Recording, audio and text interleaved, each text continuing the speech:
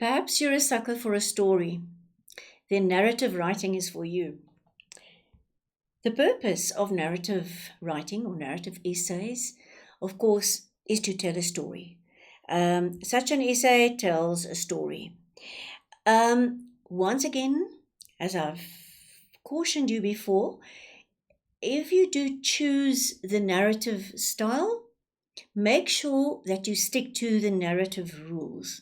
Okay, it must be clear to the reader that you are writing a narrative essay. There must be a very clear storyline. It must be a story. Okay, and other things that you need to understand. So we look at the other aspects in a minute. So it tells a story basically. It narrates either one incident or a series of events, but there is some meaningful order in what happens. It is a story. Now, the features of narrative essays, they contain action. You can't have a narrative essay without action. Something must happen, right? It can be written in the I, the first person, or the he or she, the third person perspective. And very important, since you are writing a story, you must use very specific connectives in your essay. For instance, you say what happened early that morning and then later on. Remember, the story must progress. It must go on. It's a sequence of events in a logical order. So it goes on. So the one thing that is very peculiar to this style is the use of direct speech. Now, the one thing I would like to caution you about is please not to overdo the direct speech. Direct speech, if it's overdone, it really becomes quite irritating. It must just fulfill that function of bringing a movement to the essay, or it must tell something about the character or about the event. It must have a purpose. Fine. So use direct speech. It's typical of this style to have direct speech, but use it sparingly, please. Anything that's overdone is not good. So not too much, please. Once again, very important to have progression. Any story must progress somehow. Even if you start at the end and end at the beginning, it doesn't matter. If you think of the story or the plot, there must be logical, there must be progression. So think beginning, think middle, think end. Always start and end in an interesting way. Why? Because in the beginning, you capture the imagination of the reader, and in the end, you leave the reader with your final thought. So end and start in an interesting way. There should most certainly be a theme or a message. But when I say a message, it doesn't mean that you must spell out this message and say, so the moral of my story is. No, please don't write morals of stories down. If there's a moral to your story, fine. But you're not going to spell it out, right? You don't preach to your marker or your reader. Right, so careful of that. Don't spell out the message.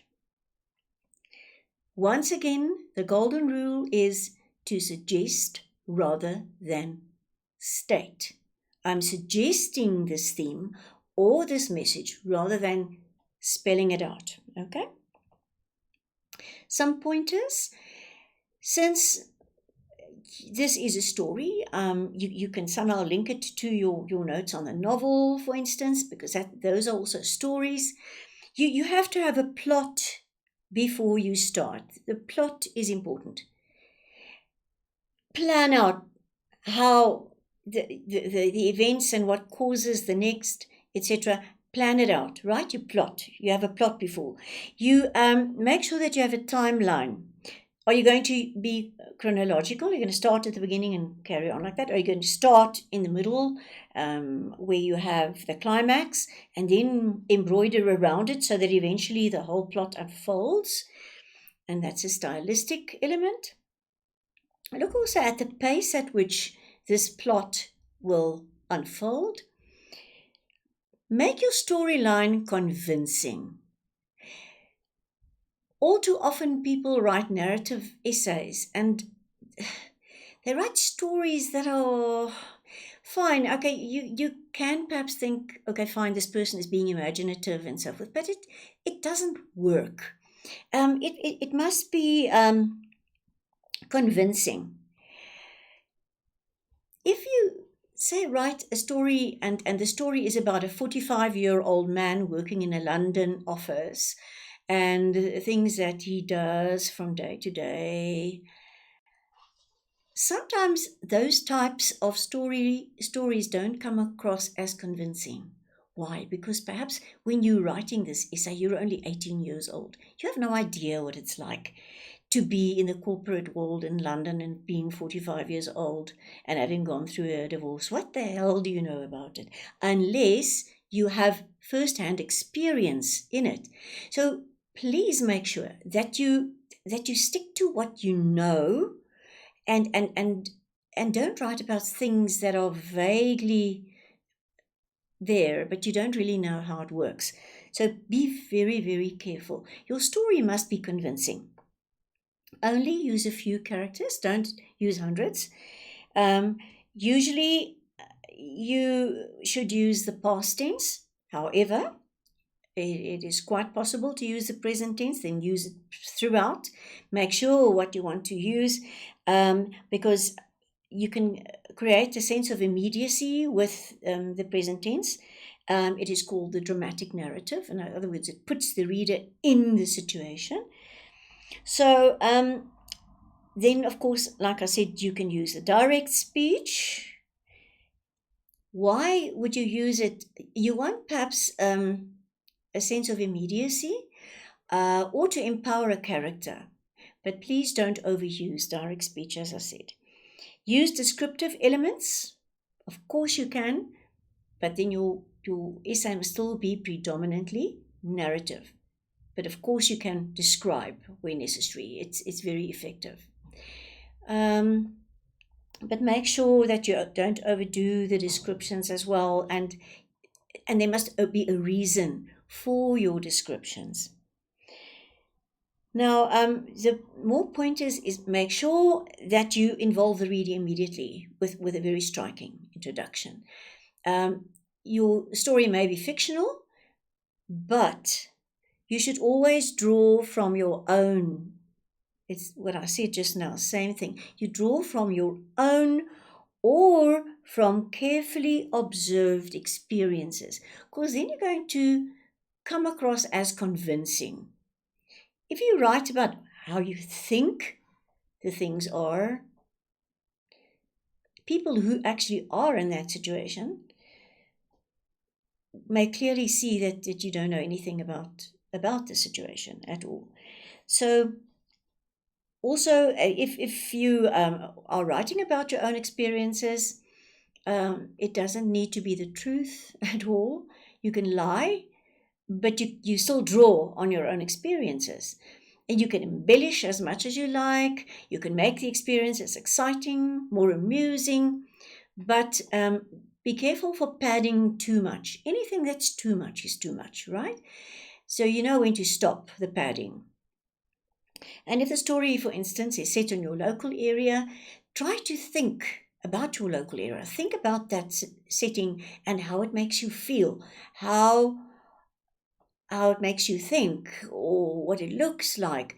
So where you have experienced that area yourself, and it's going to come across as very convincing. Maintain a strong storyline, please, and don't digress too much with too much description, for instance. And also not many incidents, but focus on one incident. And that is what you should do. So the structure is like this. You have the beginning or the orientation. It must be captivating. Do not repeat words of the title or give dictionary definitions. In other words, don't go and rewrite or paraphrase the topic, or don't give dictionary definitions of what the topic says. No, you establish immediately the who, the when, and the where, the story, the introduction, the setting, the main character, the conflict, or whatever it is. Bring the reader in immediately. Don't bore him with definitions and stuff like that. Arouse interest with a surprising statement. If you can surprise the reader, wonderful, because now the reader will want to carry on reading. And that will create tension and make the reader aware of your approach and your attitude.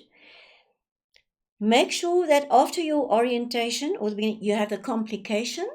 And in a narrative essay, you will also have your 4 paragraphs, each focusing on another aspect of the development of the story. Be very careful not to just write anything that comes to mind. You have to group your thoughts. Also make use of your topic sentences. Make sure what you want to say in paragraph 2. How is this conflict going to be complicated in paragraph 2? And in paragraph 3, what happens next? And focus on that, etc. One aspect per paragraph, always. And so you expand the activities and the events involving the main characters. And you must, although this is not argumentative, there must still be cohesion. Nothing is as confusing as to read an essay and in the end you think, okay, I really feel like that I don't know where this thing came from, where the story came from, and where it ended. It really is so inconsistent and there is no cohesion.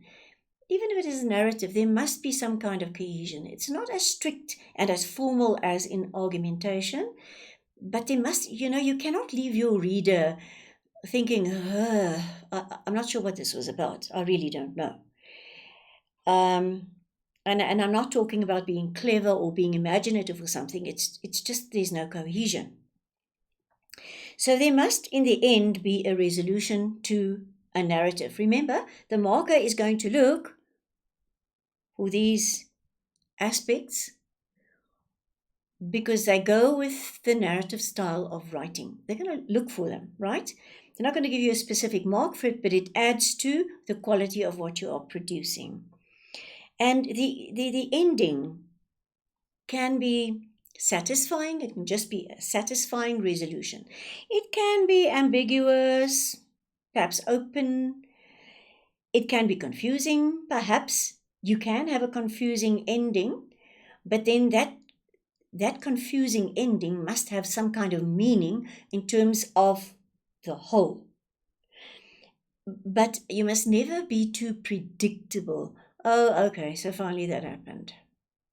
So then it's as though the reader loses interest, and all the nice things you've been doing throughout your essay, the lovely introduction and the bits of dialogue and description and the beautiful sentences that you used, goes to waste because now, okay, such a predictable ending. There must be something exciting.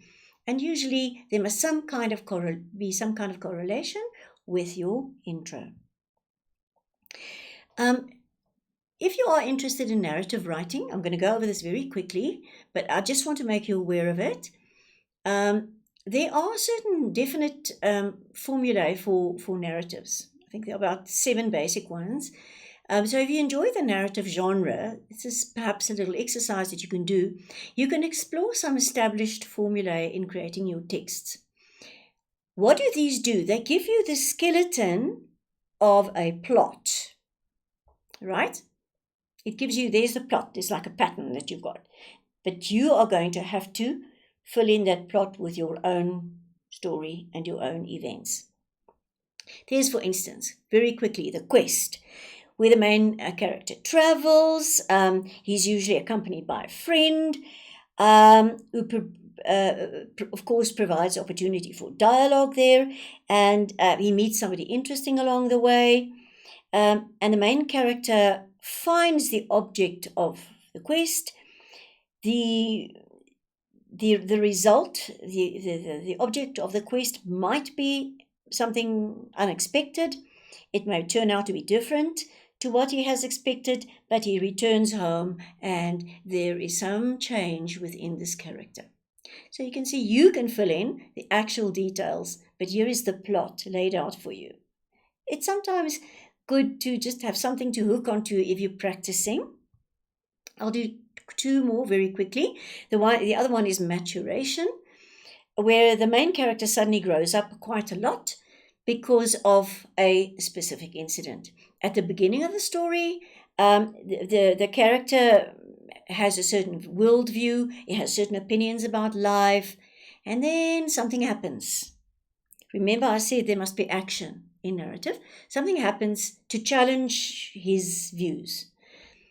And because of this challenge, his worldview or whatever, his ideas are adapted, he changes, and he ends up a wiser person.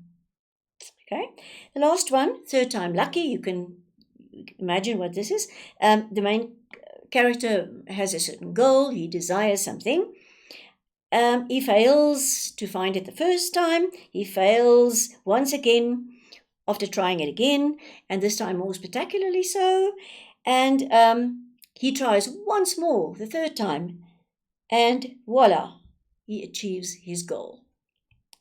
So these are some formulae. It's just like writing aids that you can perhaps use sometimes when you practice your narrative writing.